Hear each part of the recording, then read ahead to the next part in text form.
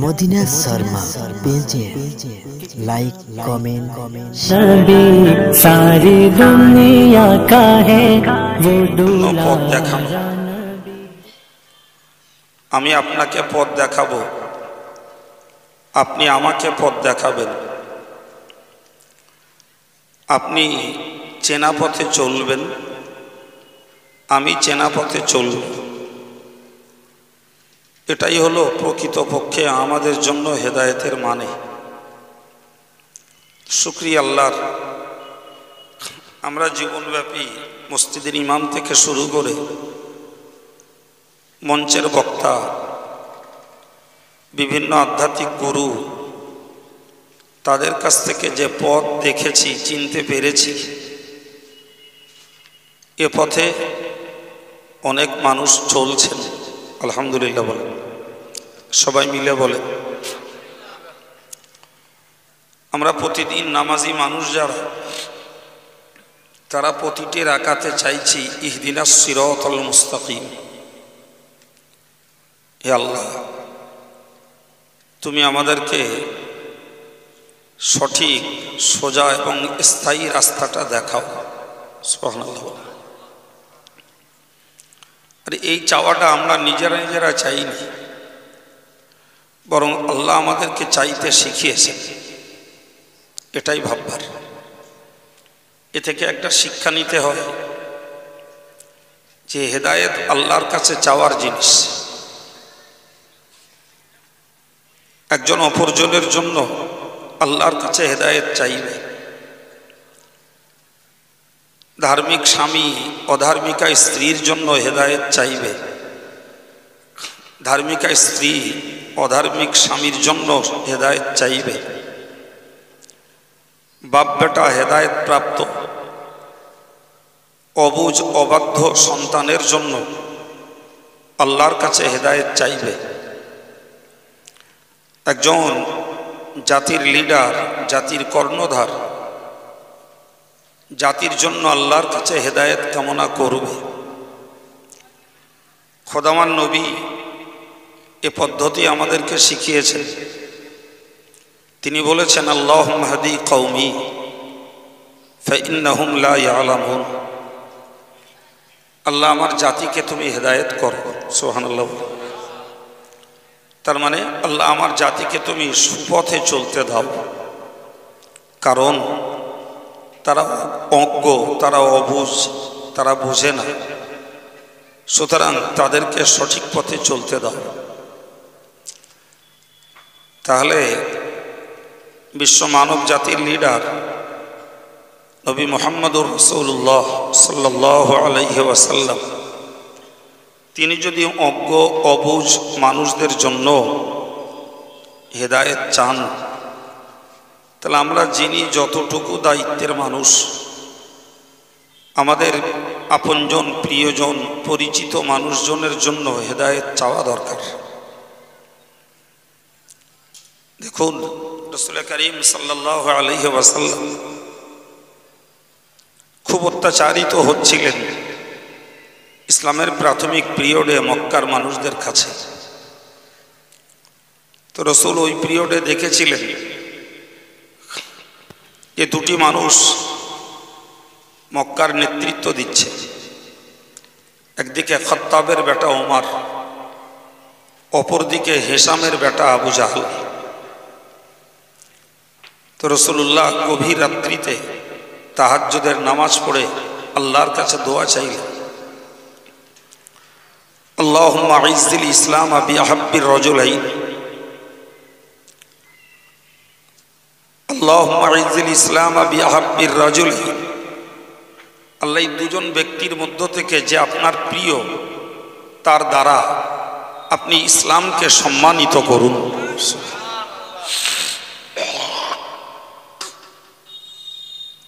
আবার বুঝুন রাসূলের দোয়ার কি গভীরতা। এই বাবু, তোদের খচখচানি কতক্ষণ লাগবে?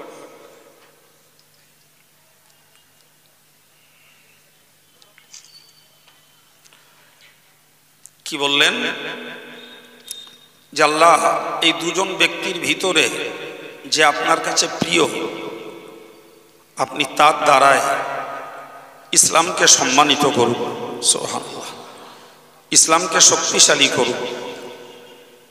একজনের নাম বললেন আবি জাহাল ইবনে হিশাম ও ওমর ইবনুল খাত্তাব। এই গভীর রজনীতে রসুলের কামনা ছিল পার্টিকুলার কারোর জন্য নয়, দুজনেরই জন্য কমনলি, কিন্তু মহান আল্লাহর দরবারে মঞ্জুর হয়েছে হযরত ওমরের পক্ষে রসুলের এই দোয়া, সুবহানাল্লাহ। ফলে হযরত ওমরের নসিবে জুটেছে ইসলামের মতো শাশ্বত আদর্শ,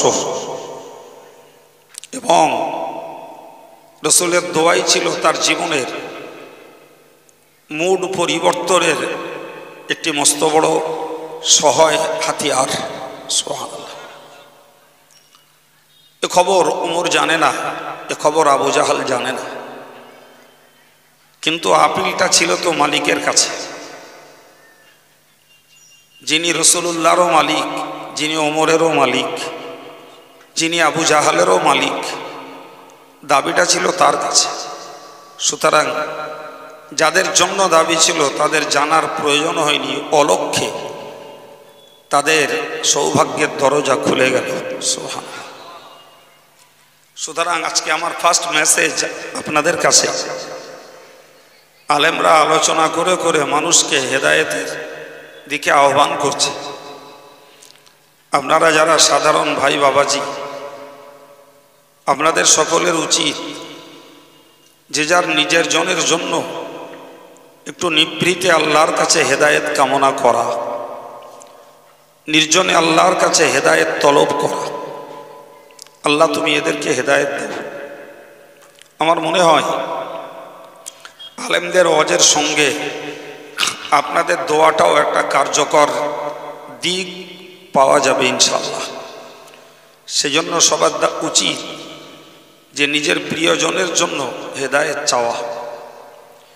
ভাই মনে ভাবুন, একজন আমার খুব ক্লোজ ফ্রেন্ড, খুব নিয়ারেস্ট ফ্রেন্ড, অন্তরঙ্গ বন্ধু, তার সঙ্গে আমার খুব দহরম মহরম, কিন্তু আমি হেদায়েতটাকে গ্রহণ করে হেদায়েতের পথে চলতে চেষ্টা করছি। আমার সেই বন্ধুটা হেদায়েত শূন্য, তার লাইফে হেদায়েত এখনো আসেনি। সত্যি যদি সে আমার বন্ধু হয়, তাহলে পার্থিব জীবনে যদি আমি তার সুখ সমৃদ্ধি কামনা করি, পার্থিব জীবনে যদি আমি তার উন্নত জীবন কামনা করি, তাহলে after death, in the day of judgement, মৃত্যুর পরে কিয়ামতের বিচার দিবসে তার উন্নত সুখী জাহান্নাম মুক্ত জীবন, এটাও কামনা করা আমার মানবতা। কথা বলেন ঠিক না ভুল? কিন্তু আমি বাস্তবটাকে, যেটা আমার নজরে এসছে, সেটা হলো আমাদের পার্থিব জীবনের বহু বন্ধু আছে, কিন্তু ধর্মীয় দৃষ্টিকোণ থেকে দুই বন্ধুর মাঝে মিল নেই। মিল আছে দুনিয়ায়, ব্যবসা সূত্রে, রাজনৈতিক সূত্রে, সমাজ সূত্রে বা শিক্ষা সূত্রে, এ জাতীয় বিভিন্ন বিষয়ে মিল আছে, কিন্তু ধর্মীয় আচরণে, ধর্মীয় বিধি বিষয় লালনে দুজনের মধ্যে মিল নেই। তাহলে আমি সত্যিই যদি মনে করি উনি আমার বন্ধু, তাহলে তার বাস্তব জগতের সুখ সমৃদ্ধি সম্মান কামনা করছি, তাহলে পরকালের জন্য তার উন্নতি আর মুক্তি কামনা করি না কেন? আমার কথাটা মাথায় যাচ্ছে?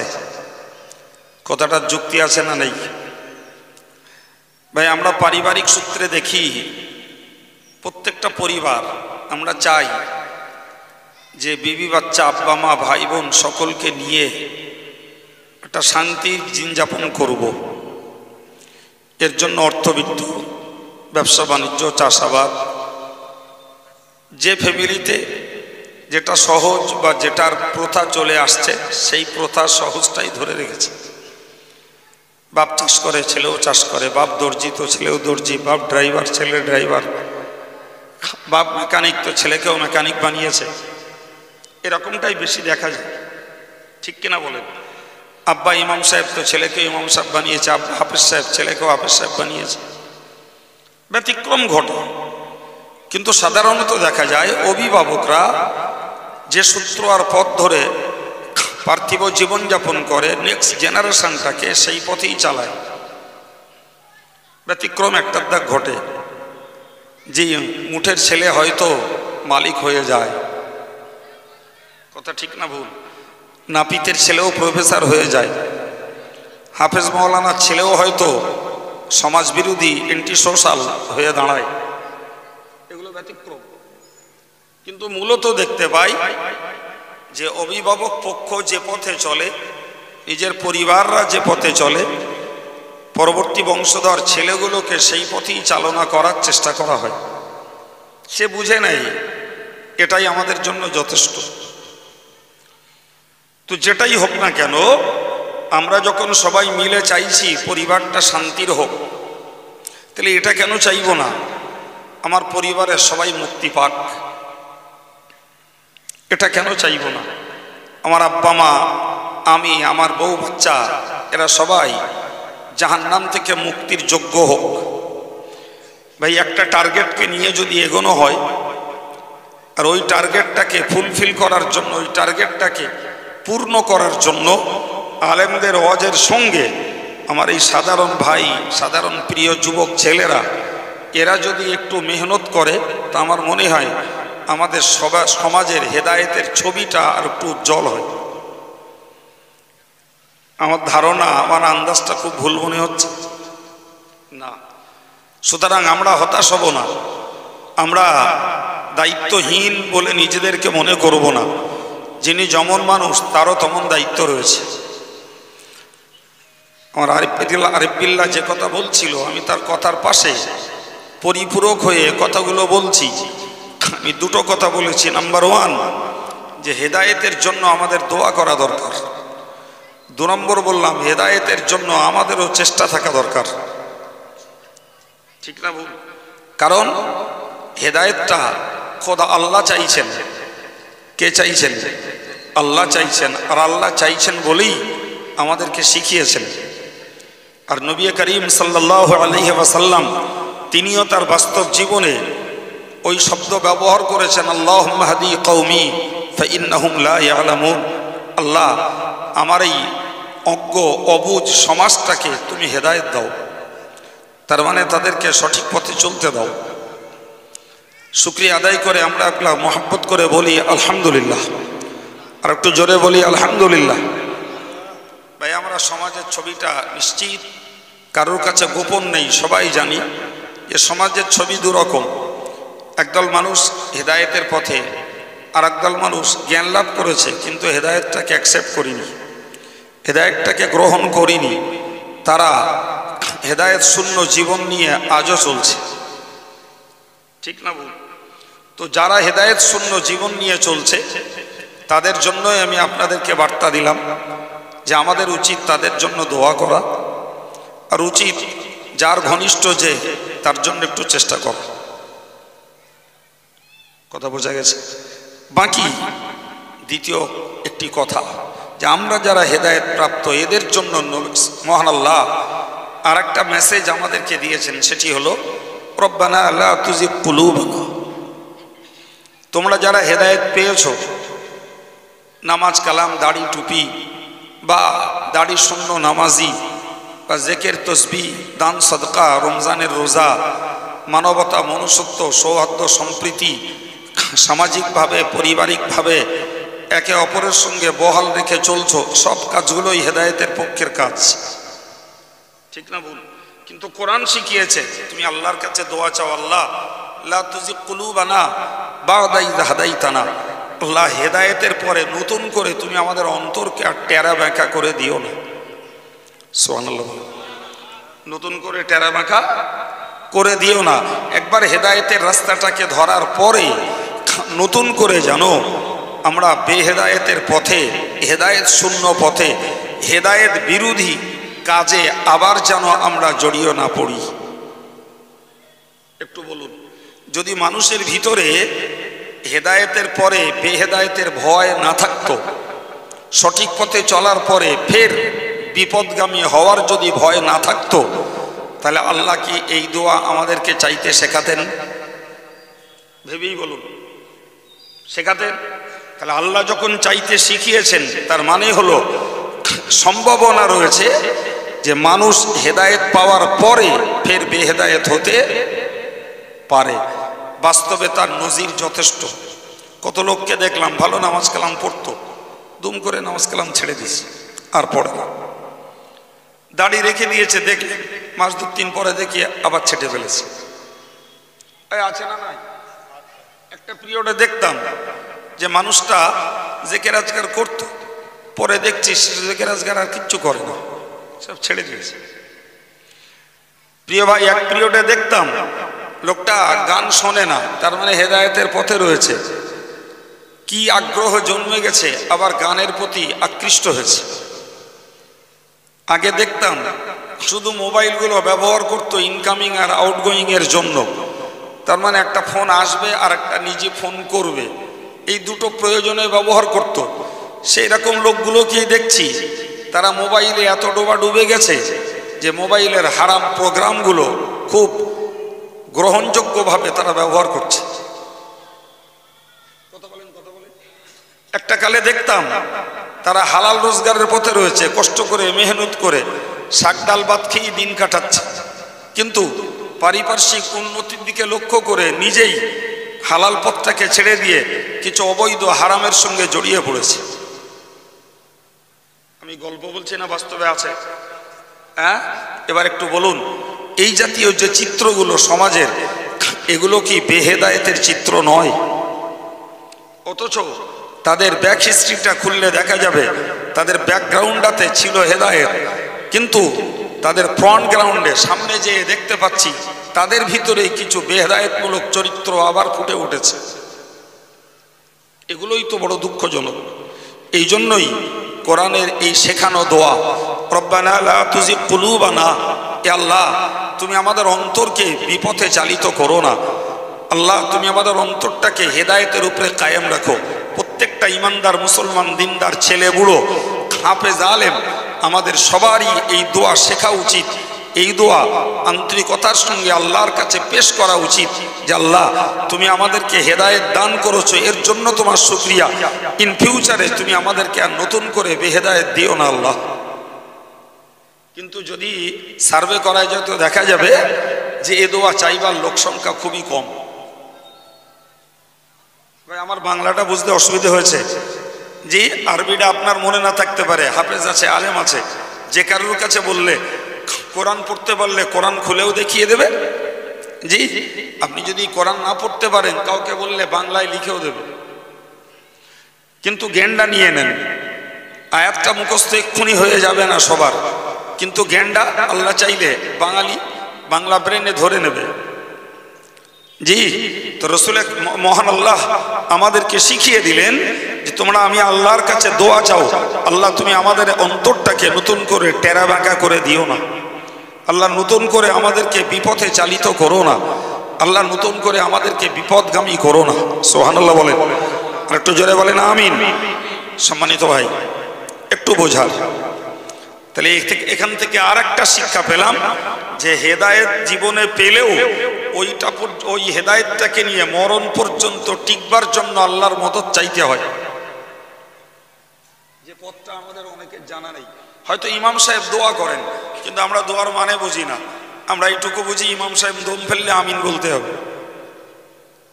খারাপ লাগলো কথাটা? হ্যাঁ, ইমাম সাহেব দম ফেললে আমিন বলতে হবে, এইটুকু বুঝি আমরা, কিন্তু ইমাম সাহেব কি বলে দম ফেলছেন সেটা তো বুঝি না। তো এ দোয়া কোনো ইমাম করতে পারেন, কোন ইমাম এ দোয়া করতে পারেন, আমি অস্বীকার করি না, কিন্তু আমি বড় জোর সেখানে রিকমেন্ড করি, সেখানে সুপারিশ করছি, আমি সেটাকে সমর্থন দিচ্ছি আমিন, তথা আল্লাহ তুমি কবুল করো, ওই পর্যন্ত। তো ইমাম দোয়া চাইলো, আমি সেটাকে সাপোর্ট দিলাম, আর আমি নিজের দিকটাকে নিজে মূল্যায়ন করে আল্লাহর কাছে নিজে আপিল করলাম। ভাই দুটোর মূল্য এক নয়, ভাই দুটোর মূল্য এক নয়। জি ভাই, আমরা আলেমদের কাছে দোয়া চাই, হুজুর একটু দোয়া করবেন, তো একটা কমন দোয়া হুজুররা জানে, সেটা হলো ফি আমানিল্লাহ। কথা বলেন, মুখস্থ হয়েছে না হয়নি? এই জীবনে এ কথা শুনেছেন না শোনেননি? যে কোনো হুজুরের কাছে দোয়া চাইলেন, হুজুর বলে দিলেন ফি আমানিল্লাহ। এটা হচ্ছে হুজুরদের কমন দোয়া, যেই চাক ওটা বলে দেয়। জি, ফি আমানিল্লাহ মানে যে আল্লাহর নিরাপদে থাকো, আল্লাহর দেওয়া শান্তিতে তুমি থাকো। তো এটা একটা কমন দোয়া। কেউ বলে দেয় আল্লাহ হাফেজ। জি ভাই, তো তাৎক্ষণিকভাবে যে দোয়াটা আলেম সমাজের লোকেরা বলে দেন, ততটুকু যদি কবুল হয় তো সেটাও নিশ্চিত যিনি প্রার্থী তার জন্য ভালো। কিন্তু আপনি বলুন, আপনি হুজুরকে পেলেন বছরে 2 বার 5 বার দোয়া চাইলেন, আর আপনার যদি নিজের ডিমান্ড হয় তাহলে আপনি ইচ্ছা করলে ওই দোয়াটাকেই দিনে একবার করে চাইলেও 365 দিন চাইতে পারবেন। কথা বলেন ঠিক বলছি না ভুল? তাহলে পরনির্ভরশীল হওয়ার তুলনায় আত্মনির্ভরশীল হওয়া ভালো। কি বলেছি?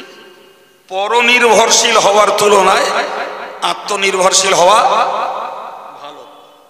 সম্মানিত ভাই, সুতরাং আমার হেদায়েতের জন্য আমি দোয়া চাইব এবং আমি আমার হেদায়েতের পথে তিষ্ঠানোর জন্য, ট্যাঙ্কার জন্য আল্লাহর মদদ নেব।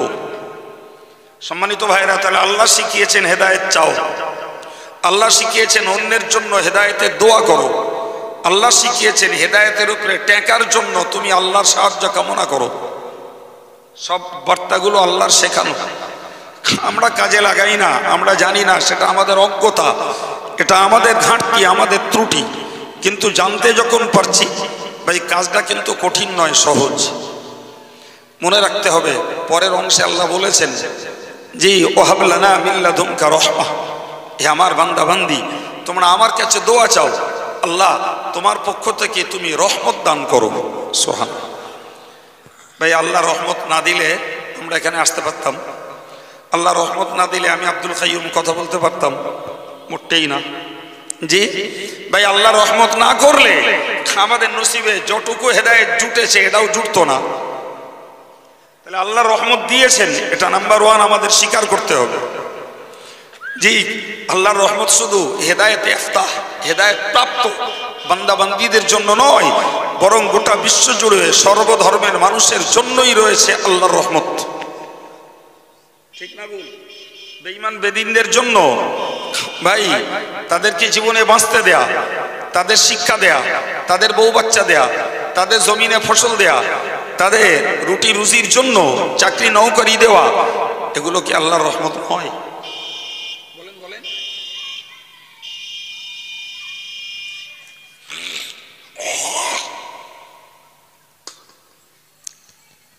প্রিয় ভাই,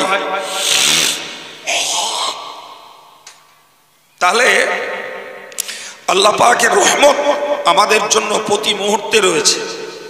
এটাকে আমরা মুখে মুখে স্বীকার যে যতটা করি না করি, বাস্তবে উপভোগটা করি। সুবহানাল্লাহ বলেন। কি গো, উপভোগ করি না? কথা বলছেন না কেন? হ্যাঁ ভাই, কিচ্ছু না। আল্লাহ মনে করুন কিছুই দেননি, জীবনে বাঁচতে দিয়েছেন।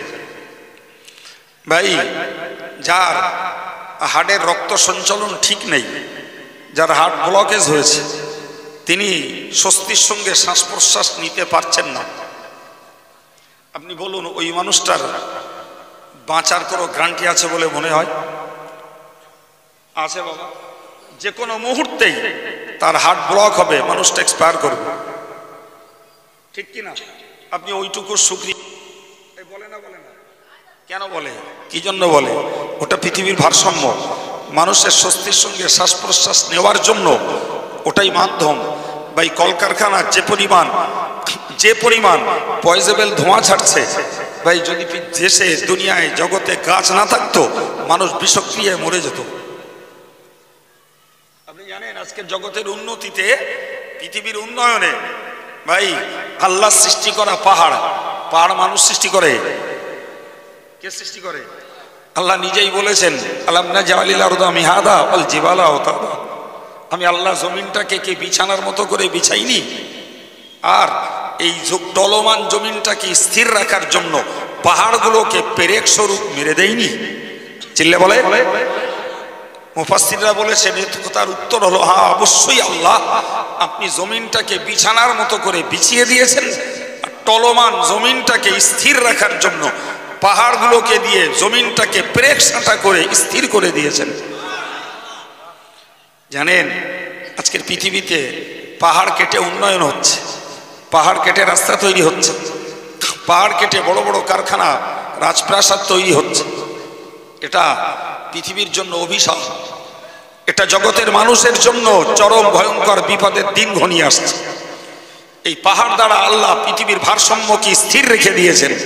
পাহাড় যখন উঠে যাবে পৃথিবীর ভারসাম্য হালকা হয়ে যাবে। এই পৃথিবীতে ভূমিকম্প তখন খুব বেশি পরিমাণে হবে। এটা কি মানুষের জন্য আশীর্বাদ না অভিশাপ? এটা মানুষের জন্য কল্যাণ না অকল্যাণ?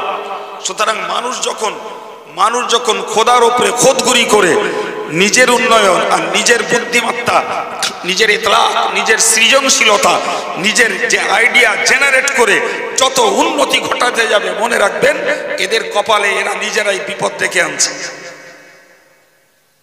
সেই বিপদ আপনার জন্য আমার জন্য। জি, করবে রাষ্ট্র, করবে সরকার, করবে উন্নয়ন কমিটি, কিন্তু মরবে জনগণ। বুঝতে পারছেন কথা? সুতরাং মনে রাখা দরকার, এই যে জঙ্গল কেটে সাফ করা, পাহাড় কেটে উধাও করে দেওয়া, এগুলো জাতির জন্য অভিশাপ, জনগণের জন্য ভয়ঙ্কর বিপদ। সুতরাং আমি যেটা বলতে চাইছিলাম যে আল্লাহ আমাদের কিচ্ছু দেননি, শ্বাস প্রশ্বাস নিয়ে বাঁচতে দিয়েছেন। এই শ্বাস প্রশ্বাস নিয়ে বাঁচাটার পিছনে রয়েছে ওই গাছগুলোর বিরাট অবদান। আমরা গ্রহণ করি অক্সিজেন, ছাড়ি যখন ওটা কার্বন ডাই অক্সাইড, ওটা বিষাক্ত। গাছগুলোকে সেইটা টেনে নিয়ে শুদ্ধ করে ছেড়ে দেয়, আবার টান। কথা শোনা যাচ্ছে বাবা? জি, তো এর শুকরিয়াটুকু আদায় করার ক্ষমতা আমাদের নেই ভাই। এর উপরে বলুন জগৎময় কত চরিত্রের মানুষ রয়েছে। আল্লাহ লাখ শুকরিয়া আদায় করে বলছি যে আল্লাহর মনোনীত পছন্দনীয় একমাত্র ধর্মের নাম ইসলাম। কোরআন তার রাজসাক্ষী, ইন্নাদ-দীনা ইনদাল্লাহিল ইসলাম।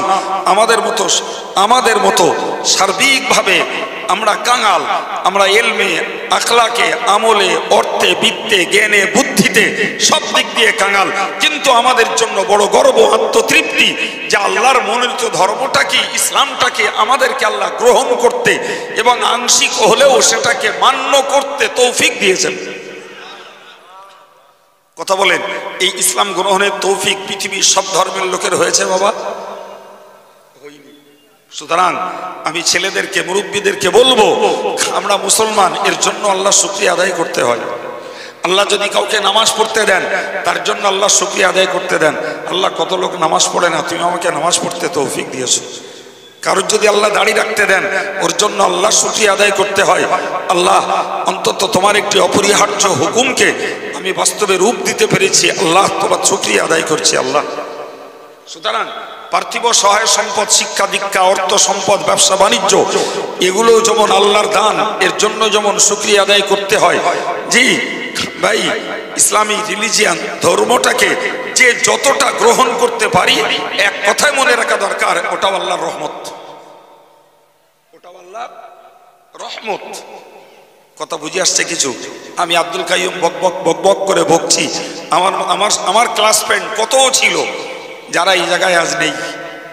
আল্লাহ আমাকে এই জায়গায় রেখেছেন, এটা আমার এক বিন্দু যোগ্যতা নয়, এটা আল্লাহ পাকের একান্ত ইচ্ছা, তার একান্ত দয়া। তা না হলে আল্লাহ যদি লেখাপড়া শিখলেই সবার জন্য হয়ে যেত, তাহলে আমার আরো ক্লাস ফ্রেন্ড ছিল, তাদের দ্বারাও এ কাজ হতো। ঠিক কিনা বলে?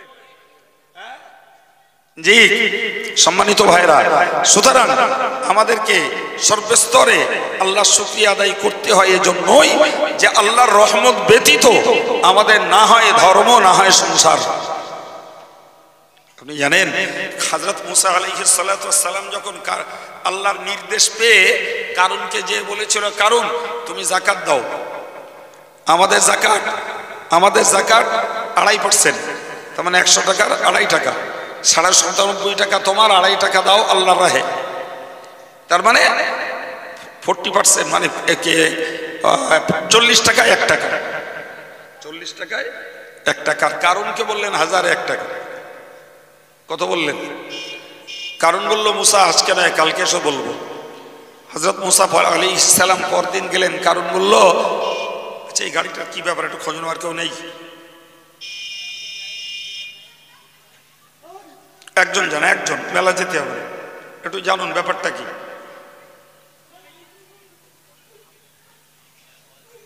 তোর কথা বুঝতে পেরেছ তুই আয়।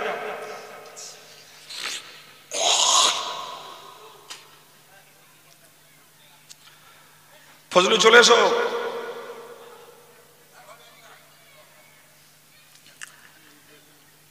সম্মানিত ভাইরা তোমার দিকে তাকান। তো কারণ মুসা নবীকে বললো, মুসা আমি হিসাব করে দেখেছি যদি 1 টাকা করে জাকাত দিয়ে আমার আর্ন চেস্টের একটা বিরাট অংশ খালি হয়ে যাবে, ফলে আমি জাকাত দেব না। নাউজুবিল্লাহ বলেন, আর একটু জোরে বলেন। কারণ বললো আমি জাকাত দেব না। জি, তো বলে দেখো মুসা, দেখো কারণ এই সম্পদ তোমাকে আল্লাহ দিয়েছেন, আর 1 টাকা করে জাকাত দিতে তোমাকে আল্লাহ বলছেন, তুমি আল্লাহর হুকুমটা মানো। কারণ কি জবাব দিয়েছিল জানেন? কারণ বলেছিল ইন্নামা উতিতু আলা ইলমিন ইনদি। বললে কে বললো আল্লাহ দিয়েছে? আমি আমার নিজের ক্যালিবারিটি, নিজের ক্যাপাসিটি, নিজের আইডিয়া জেনারেট করে আমার পরিকল্পনাকে আমি বাস্তবমুখী কাজে লাগিয়ে এই সম্পদের মালিক হয়েছি।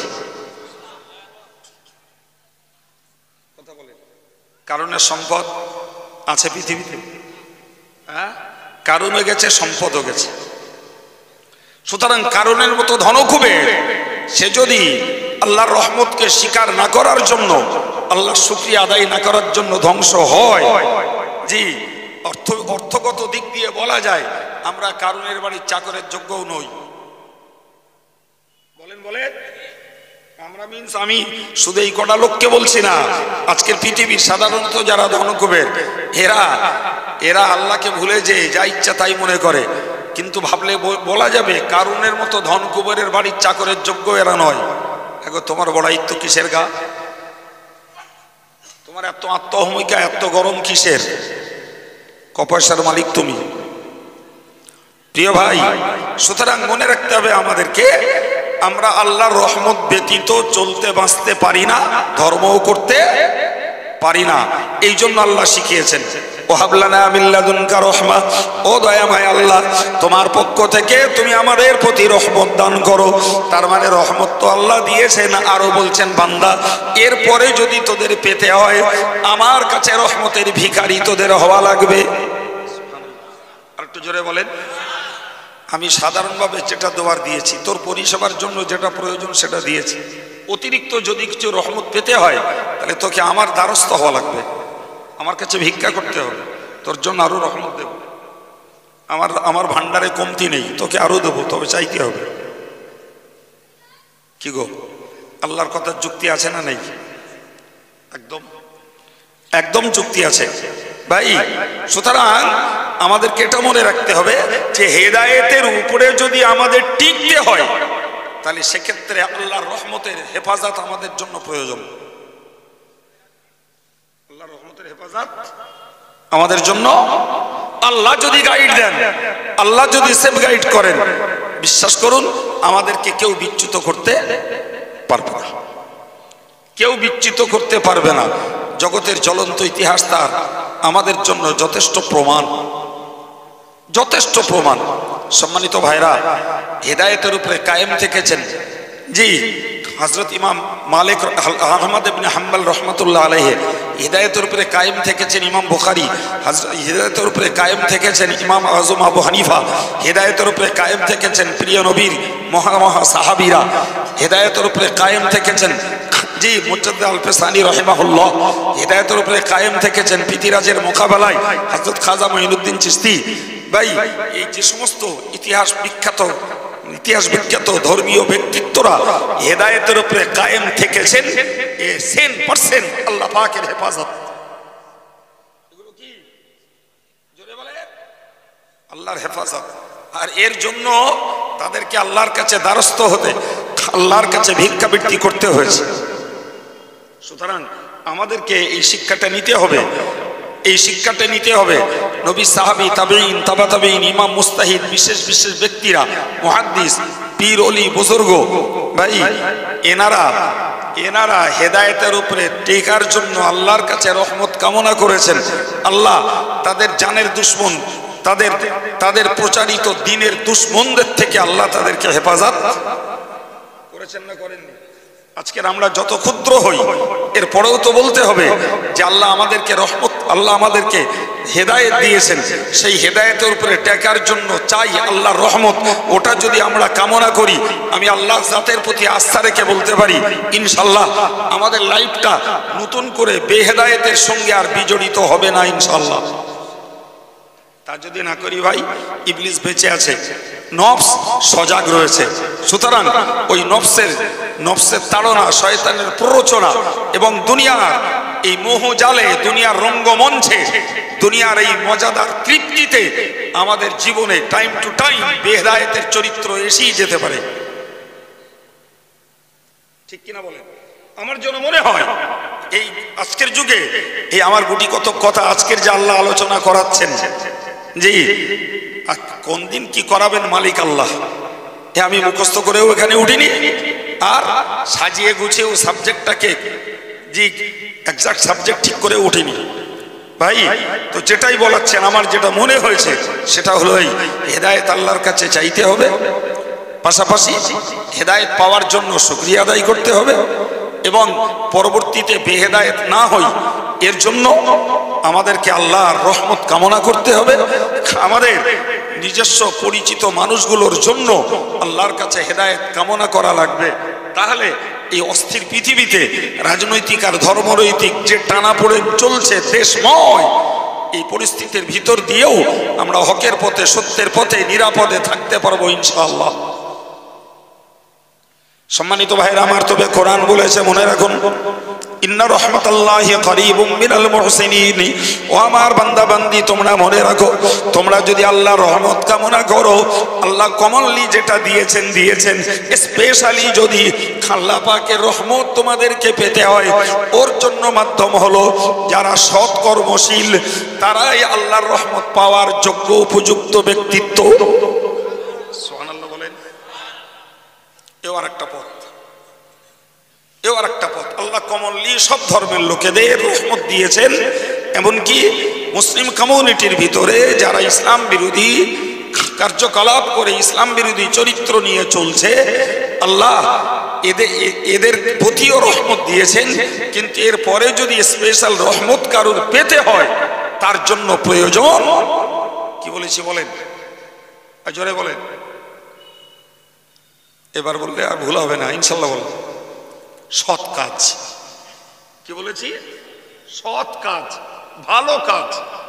ভালো কাজ যেটা, ওই ভালো কাজটা যারা করবে তারাই আল্লাহর রহমতের হকদার হবে। এটা প্রসেসিং, এটাই পদ্ধতি। জি আমি ভালো কাজ করব না, আল্লাহর রহমত কামনা করব, ওটা সহজলভ্য নয় বাবা, ওটা সহজে জোটে না। শুনতে পাচ্ছেন কথা? নিশ্চিত আমাদেরকে মনে রাখা দরকার, প্রিয় নবী সাল্লাল্লাহু আলাইহি ওয়াসাল্লাম তিনি আল্লাহর কাছে চাইতেন, আল্লাহুম্মা ইন্নী আসআলুকা ফি'লাল খায়রাত, আল্লাহ আমি তোমার কাছে চাইছি তুমি আমাকে ভালো কাজ করার ক্ষমতা দাও। আর একটু মন খুলে বলেন, হুজুররা এত নামাজ পড়তে বলছে, তাও পড়তে মন চায় না। কোরআন পড়তে শিখতে বলছে, তাও শিখতে একটু সময় দিতে আগ্রহ জন্মায় না। কিছু কিছু যুবক ছেলেকে দেখি মাঝে মধ্যে দোয়া চাই, কোনো মাহফিলে, কোনো মহকায় দোয়া চাই, হুজুর দোয়া করবেন। নামাজ পড়তে খুব ইচ্ছা করছে হুজুর, তবে 16 আনা এখনো পেরে উঠিনি।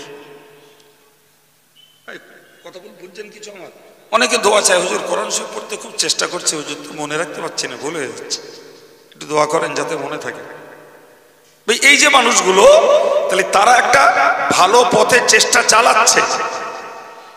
এই যে চেষ্টাটা তারা চালাচ্ছে, তাহলে বুঝতে হবে যে তারা তাদের নিজস্ব অবজারভেশনে, নিজস্ব মন্তব্যে, নিজস্ব পরিকল্পনার একটা ভালো দিক বেছে নিয়েছে। এই দোয়াটা তাদের জন্য হতে পারে একটা সহায়ক। দোয়াটা হতে পারে একটা সহায়ক। জি ভাই, রাসূল করিম সাল্লাল্লাহু আলাইহি সাল্লামের সাহাবী হযরত আবু হুরায়রা রাদিয়াল্লাহু আনহু, হযরত আব্দুল্লাহ ইবনে আব্বাস রাদিয়াল্লাহু আনহু রাসূলের কাছে যেয়ে বললেন, হুজুর আমি যা শুনি মনে থাকে না, একটু দোয়া করেন। বুঝতে পারছেন? আমি যা শুনি মনে থাকে না।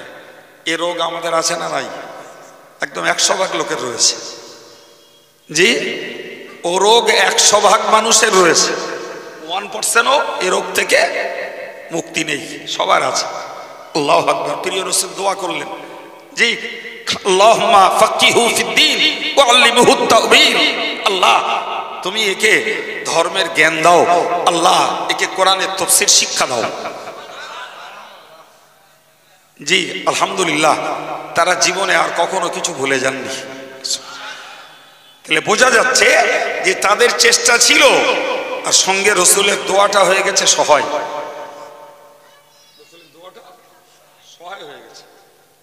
জি, হযরত আব্দুল্লাহ ইবনে আব্বাস হয়েছেন রাইসুল মুফাসসিরিন। মুফাসসিররা লিখেছেন তিনি মুফাসসিরদের শিরোমণি, মুফাসসিরদের শিরোভূষণ, কোরআনের ব্যাখ্যাকারদের তিনি একজন নেতৃস্থানীয়, বিশ্বের একজন নেতৃস্থানীয় ব্যক্তি। এটাই ছিল রসুলের দোয়ার বরকত। জি, সুতরাং যার কাছে যার আত্মবিশ্বাস, তার কাছে দোয়া চাওয়া দরকার, তার কাছে তার দোয়া চাওয়া দরকার। আমি আব্দুল কাইয়ুম, আমারও দোয়া চাওয়ার দরকার। যার কাছে আমার আস্থা আছে তার কাছেও আমার চাওয়া দরকার। জি, তবে আমি বেশি করে দোয়া চাই অসুস্থ লোকের কাছে। রাসূল বলেছেন অসুস্থ লোকের দোয়া আল্লাহ কবুল করে। অসুস্থ লোকের কাছে বেশি করে দোয়া চাই, তাই সে ফাজের যাই পারে হোক। জি, তার কাছে দোয়া চাওয়া, এটা রাসূলের হাদিসের শিক্ষা। ভাই, মাঝখানটাকে কাজে লাগানোর একটা কথা আমার সাবজেক্টের বাইরে বলে দিলাম। জি, তো আমার আলোচনা ছিল এটা যে আল্লাহর রহমত যদি পেতে হয় তাহলে কি করতে হবে? বলেন বলেন। সৎ কাজ। খানিকটা উত্তর এসছে, সবার থেকে আসলে আরো একটু খুশি হতাম। কি কাজ করতে হবে? সৎ কাজ। খোদ রাসূলুল্লাহ চাইতেন, আল্লাহুম্মা ইন্নী আসআলুকা ফিলাল খায়রাত, ইয়া আল্লাহ তুমি আমাকে তৌফিক দাও আমি যেন ভালো কাজগুলো করতে পারি। তাহলে ওটাও চাইতে হবে। তাহলে সৎ কাজ করে রহমত চাইতে হবে, সৎ কাজের জন্য আল্লাহ সাহায্য চাইতে হবে। সুবহানাল্লাহ বলেন। চ্যানেলটা ঠিক আছে না? নেই, চ্যানেলটা তো ঠিক, যোগাযোগ বলে কি? সৎ কাজের জন্য আল্লাহ সাহায্য চাইতে হবে, আর সৎ কাজ করা হয়ে গেলে এবার রহমত চাইতে হবে। সুবহানাল্লাহ। কে শিখিয়েছে? আল্লাহ শিখিয়েছে। জি, সম্মানিত ভাইরা, শুধু সৎ কাজ নয়, রাসূল বলেছেন ওয়াতারকাল মুনকারাত, ওগো আল্লাহ তোমার কাছে চাইছি আল্লাহ যত মন্দ কাজ রয়েছে, যত পাপের কাজ রয়েছে, আল্লাহ ওই পাপের কাজগুলোকে ত্যাগ করে চলতে পারি, তুমি আমাকে সাহায্য করো। বাস্তব সমালোচনা করলে বলতে হবে আমরা সৎ কাজ চাই কম মানুষ, আর তার থেকেও কম মানুষ অসৎ কাজ থেকে বাঁচতে চাই। কি বলেছি? সৎ কাজ করার ক্ষমতা দাও, এটাও চাই কম লোক, আর ওর থেকেও কম লোকে চাই আল্লাহ পাপ যেন না করি, আল্লাহ তুমি তৌফিক দাও, আল্লাহ গান যেন না শুনি, আল্লাহ মিথ্যা কথা যেন না বলি, আল্লাহ পরের মাল যেন মেরে ধরে না খাই, আল্লাহ কোশ্চিন কালেও যদি কারোর হক নষ্ট না করি, আল্লাহ জীবনে নামাজ কাজা না করি, আল্লাহ জীবনে রোজা কাজা না করি, আল্লাহ অন্যায়ভাবে গীবত গিল্লা চুগলি না করি, আল্লাহ মানুষের পিছনে যেন মানুষের বিরুদ্ধে কিছু না বলি, এ সবগুলো পাপ আচরণ, আল্লাহ তাস যেন জীবনে না খেলি, আল্লাহ চায়ের দোকানে জীবনে যেন ফাউ সময় আড্ডা না দেই, আল্লাহ রাজনীতির রঙ্গমঞ্চে বেকার সময় নষ্ট করে পাপ জোগাড় যেন না করি। কটা মুসলমানের বাচ্চা এই দোয়া চেয়েছে বাপ? বলেন বলেন। হ্যাঁ, তাহলে তোমার নসিবে কি করে হেদায়েত জুটবে? তুমি তো নিজে চাইছো না। আরে চেয়ে তাই পাওয়া যায় না, আর না চাইলে পাওয়া, এটা তো সুদূর পরাহত কল্পনা ভাই। এটাই আমার কাছে দুঃখের। জি, আলেম ওলামাদের প্রচেষ্টা, হাক্কানি আলেমদের মেহনত এই জাতিটাকে হেদায়েতের আলোয় আলোকিত করার জন্য, কিন্তু যে জাতির জন্য আলেমরা হেদায়েতের জন্য আকুলি বিকুলি করছে, সেই জাত নিজের জন্য নিজে ভালোটা চাইছে না। বলেন। আমাকে আজকে সকালবেলা একজন বলছে, একটা মাস্টারমশাই আমাকে বলছে, বলে হুজুর কালকে খোলা পাতায় একটু হালকা ঝগড়া হয়েছে। আমি কেন? তো বলছে মিয়া রিসাল সাহেবের জন্য খোলা পাতা সব জাম হয়ে গেছে। একটা মুসলমানের বাচ্চা বলছে এ মাদ্রাসা করে লাভ কি, ও মৌলানা হয়ে লাভ কি? বুঝতে পারেননি? আচ্ছা, ওরে আপনি কি ভাষায় পুরস্কার দেবেন? ওরে জামিয়ায় লোক বেশি হয়েছে, খোলা পাতা জাম হয়ে গেছে, সে মুসলমানের বাচ্চা, তার এখন মাছ না পেয়ে সিপি কামড়। এরে বলে তো তাই, মাছ না পেয়ে ওরা কোন চিন্তা মাদ্রাসা করে লাভ কি, মৌলানা হয়ে লাভ কি? তা সে মাস্টার মশাই তার মতন ভদ্র ভাষায় যা জবাব দেওয়ার দিয়েছেন, আমি হলে অন্য কিছু বলতাম না, ছোট্ট করে একটা কথা বলতো, মৌলানা হয়ে লাভ, তুই হালাল দাদা হয়েছিস, আর কিছু না। মৌলানা না হলে তুই আরাম দাদা হতিস। এই কথা বলে ঠিক কিনা? যদি ইসলামী প্রসেসিং এ বিয়ে না পড়ানো হয় তাহলে সন্তান কি হয়? আর ইসলামী প্রসেসিং এ বিয়ে পড়াতে হলে কোথা থেকে শেখা যাবে? কোরআন হাদিস থেকে, মাদ্রাসা থেকে। জি, তাহলে মাদ্রাসায় পড়লে আর কিচ্ছু না হোক, অন্তত জাতির সন্তানগুলো বৈধ সন্তান হবে, এতটুকু বলা যায়। পরে কি হবে পরের কথা। জি, তাহলে কপাল পড়ার কোয়ালিটি আছে, কিন্তু এর কপাল পড়ার কোনো কোয়ালিটি আছে বলছেন? আমি মাস্টারটারে বললাম, বললাম ওই লোকটার একটু দাওয়াত দাও। বল হুজুর একদিন দাওয়াত দিচ্ছে, তোমার ভিতরে যা বিষ আছে একদিন কাইম সাহেব সামনে উগরাও, হয় কাইম সাহেব তোমার বিষ খাবে, না হলে কাইম সাহেব অ্যান্টি পয়জন দিয়ে দেবে, তোমার বিষ সব ছেড়ে দেবে। ভুল বলেছি মনে হচ্ছে? আল্লাহর রহমত, ওরম লোক কোনোদিন সামনে বসলি এমন অ্যান্টি পয়জন পাবে, ওর বিষ আর কিচ্ছু থাকবে না ইনশাল্লাহ। জি ভাই, তো এই জাতীয় লোকগুলোর কপাল পড়ার কোয়ালিটি নেই। জি ভাই আমার, তো আমি আপনাকে বোঝাতে চাইছিলাম যে এই জাতীয় লোকটার কথা বলুন, এ যদি ন্যূনতম ধার্মিক হতো তাহলে মাদ্রাসায় পড়ে কি হবে আর মৌলানা হয়ে কি হবে, ওর এখনো সেন্স হয়নি। তাহলে ওর ভিতরে ধর্মীয় কোনো সেন্সিটিভিটি, কোনো সজাগতা কিছু আছে ভাই? তাহলে যে লোকটা নিজে অন্যায় আচরণকে ছাড়তে চাইছে না, তার নসিবে হেদায়েত কোথা থেকে আসবে বাবা? অথচ রাসূল চাইতেন, اللهم إني أسألك فعل الخيرات وترك المنكرات وحب المساكين। রব্বুল আলামিন, আল্লাহ তুমি আমাকে ভালো কাজ করার ক্ষমতা দাও। আল্লাহ তোমার কাছে দোয়া চাইছি, অন্যায় পাপের কাজগুলোকে ছাড়ার ক্ষমতা দাও। আল্লাহ আমার নবী দোয়া চাইতেন, আল্লাহ ওহুব্বাল মাসাকিন, তুমি তোমার কাছে চাইছি এতিম দরিদ্র অনাথ মিসকিন এদেরকে যেন ভালোবাসতে পারি, আল্লাহ তুমি তৌফিক দাও। আমাদের দোয়া আল্লাহ যেন বড় লোকের কাছে ঘেঁষতে পারি, আমাদের দোয়া আল্লাহ যেন এমএলএ এমপির ঘনিষ্ঠ হতে পারি। আল্লাহ আমাদের দোয়া আল্লাহ আমরা যেন রাজনৈতিক হোতা নেতা হতে পারি। বলে তাহলে যে যা চাইছে বড় লোকের ধন না, যে যা চাইছে বড় লোকের ঘনিষ্ঠতা, যে যা চাইছে নেতৃত্বের ঘনিষ্ঠতা, যে যা চাইছে রাজনীতি করে রাষ্ট্রনেতা হব, রাজনীতি করে স্বরাষ্ট্রমন্ত্রী আর মুখ্যমন্ত্রী হব, রাজনীতি করে ক্ষমতায় এসে দেশে প্রভুত্ব চালাবো, ভাই এ জাত কোনোদিন চাইতে পারে বলে মনে হয়? আল্লাহ তুমি আমার দরিদ্রকে ভালোবাসতে দাও, জিন্দেগিতে না। ইজাত চাইতে পারে না যে আল্লাহ আমাকে ভালো কাজের ক্ষমতা দাও, চাইতে পারে না আল্লাহ আমাকে মন্দ কাজ ত্যাগ করার ক্ষমতা দাও, বরং যে কাজ করতে যাচ্ছে মন্দ ছাড়া ও কাজে দেশে হয় না। কথা বলেন, মন্দত্ব ছাড়া, দুর্নীতি ছাড়া, মিথ্যা প্রতিশ্রুতি ছাড়া, জি অত্যাচার ছাড়া, অবিচার ছাড়া, ক্ষমতা দখলের জন্য অত্যাচার, অবিচার, ধরপাকড়, মারামারি এগুলো ছাড়া দেশে রাজনৈতিক ক্ষমতা দখল করা যায়?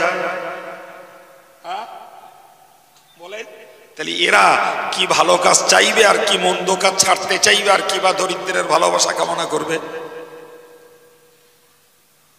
ভাই আমার বক্তব্য যে ইউনাইটেড যারা, সংঘবদ্ধ যারা, তারা যা করছে করুক। ইন্ডিভিজুয়ালি আমরা প্রত্যেকটা মুসলমান নিজের থেকে নিজে চাই, আল্লাহ তুমি আমাকে ভালো কাজের ক্ষমতা দাও, আল্লাহ পাপের কাজগুলো যেন আর না করি, তুমি আমার হেফাজত করো, আল্লাহ জীবনে যতদিন বাঁচি দরিদ্রদেরকে ভালোবাসতে দাও। এটা তোমার নবীর সুন্নাত, সুবহানাল্লাহ, এটা তুমি নবীর রাসূলুল্লাহ আম্মা জান আয়েশা থেকে বর্ণিত একটা হাদিস রয়েছে, ওয়া ইয়াকা মাজালিসাল আগনিয়া, দুনিয়াদার ধনীদের মজলিসে বসা থেকে বাঁচো। রাসূল বলতেন, ওয়া ইয়াকা মাজালিসাল আগনিয়া, তোমরা দুনিয়াদার ধনীদের মজলিসে বসা থেকে বাঁচো। কারণ ধনীদের মজলিসে শুধু টাকার গল্প হয়। কিসের গল্প হয়? ঠিক না ভুল? শুধু টাকার গল্প হয়। দিনদার ধনী যদি হয় ভাই, সেখানে টাকার গল্পও হয়, ধর্মের গল্পও হয়, সে তবুও ভালো। কিন্তু রাসূল ওটাও চাননি। রাসূল চেয়েছেন আল্লাহ দরিদ্রদের মজলিসে দরিদ্রদেরকে ভালোবাসতে আমাকে দাও। আল্লাহ তোমার কাছে দোয়া চাইছি, আল্লাহ তুমি আমার দোয়াকে কবুল করো। বিসালালিকিল মুহাজিরিন, আল্লাহ মুহাজিরদের ভিতরে যারা দরিদ্র, যারা গরীব, ওদের ওসিলায় আমি মুহাম্মদুর রাসূলুল্লাহ আমার দোয়াকে তুমি কবুল করে নাও। তাহলে দরিদ্ররা নবীর কাছে কত না প্রিয়, দরিদ্ররা নবীর কাছে কত না প্রিয় যে তাদের ওসিলা দিয়ে রাসূল দোয়া চাইতেন। সহিহ হাদিস, রাসূলুল্লাহ যুদ্ধের ময়দানে গেলে দরিদ্রদের দ্বারা দোয়া চাইতেন। দরিদ্রদের ওসিলা দিয়ে, আল্লাহ দরিদ্র মুহাজিরদের ওসিলা দিয়ে দোয়া চাইছি, তো এই যুদ্ধে ইসলামের জয়দান করো। তাহলে এর গুরুত্ব আছে না নেই ভাই? এর মানে এই বুঝলে হবে না যে আলেমদের ধন হবে না, দিনদার লোকেদের ধন হবে না। যে আবু বকরের ধন ছিল, দান করে গরিব হয়েছে। ওসমানের ধন ছিল বলে তার নাম হয়েছে গনি। তার নাম কি হয়েছে? গনি মানেই ধনী। গনি মানেই, হযরত আব্দুর রহমান ইবনে আউফের ধন ছিল, হযরত আবু আইয়ুব আনসারী রাদিয়াল্লাহু আনহুর ওই জমানায় দুতলা বাড়ি ছিল মদিনায়। সুবহানাল্লাহ বলে। ফুরফুরা পীর সাহেব কেবলার 700 বিঘা জমি, তাও লাখের সম্পত্তি, নিষ্কর সম্পত্তি, কর দিতটা আমাদের সবাইরই কাজে লাগানো দরকার। ঠিক না ভুল বাবা? জি, আল্লাহ আমাদের তৌফিক দেন। সকলেই বলুন আমিন। আর একটু মহব্বত করে বলেন আল্লাহুম্মা আমিন। সম্মানিত ভাইরা, আর কথা বাড়াবো না। আমার তো জানেন যে আমার উঠি আর আলোচনা করি, টাইম শেষ হয়ে যায়, শেষ করে দিই, একদম দুম করে শুয়ে যাও, আর হবে না বাবা। জি, 15 মিনিট সময় আছে আমার হাতে, 15 মিনিট মাদ্রাসার জন্য একটু ভিক্ষা।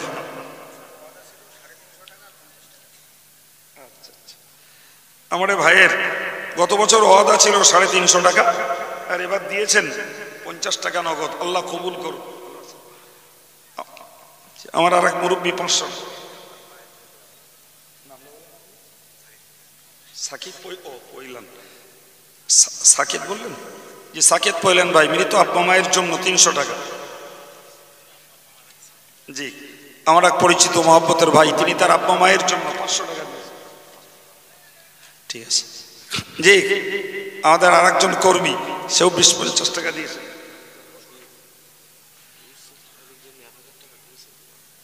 জি, মরহুম আলহাজি ইউসুফ আলীর জন্য দোয়া চেয়ে নগদ